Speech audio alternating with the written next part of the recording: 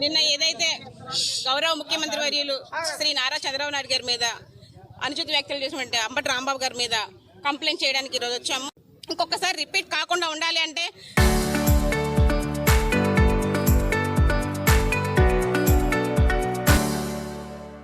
కఠినంగా శిక్షించాలని కోరుకుంటా ఉన్నాము. ప్రతి ఒక్కరికి తెలియజేస్తా ఉన్నాము, మనము ఆరోగ్యవంతమైన రాజకీయం చేద్దాం, ప్రజల్ని ఒక మంచి దారిలో నడిపించాలని కోరుకుందాం. ఇలాంటి తప్పుదారులు పట్టించి ప్రజల్లో ఉద్రేకాలను రెచ్చగొట్టి రాజకీయాన్ని ఉద్రేకపరమైన రాజకీయాలు చేయొద్దు. దయచేసి మేము అందరూ తెలియజేసుకుంటున్నాం. ఇలాంటి వ్యాఖ్యలు చేసే వారి మీద చట్టపరమైనగా ఒక చర్యలు తీసుకోవాలని కోరుకుంటూ ధన్యవాదాలు.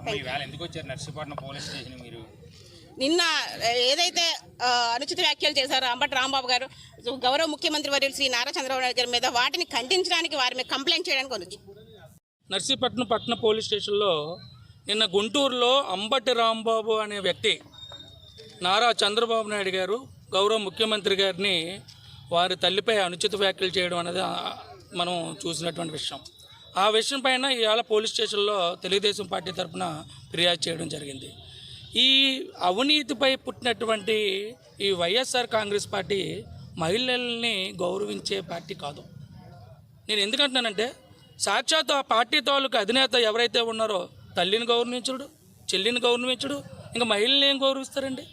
నేను ఒకటే చెప్తున్నాను. నేను ఒకటే ఉదాహరణ, ఈ ప్రభుత్వం వచ్చిన తర్వాత జగన్మోహన్ రెడ్డి గారి భార్యని భారతీరెడ్డి గారిని ఏదో ఒక సోషల్ మీడియాలో మా పార్టీకి సంబంధించిన కార్యకర్త ఒక పోస్ట్ పెట్టాడనే ఉద్దేశంతో, మహిళల్ని కించపెట్టాడనే ఉద్దేశంతో ఆయన వెంటనే తీసుకుని చట్టపరమైన చర్యలు తీసుకున్నాం.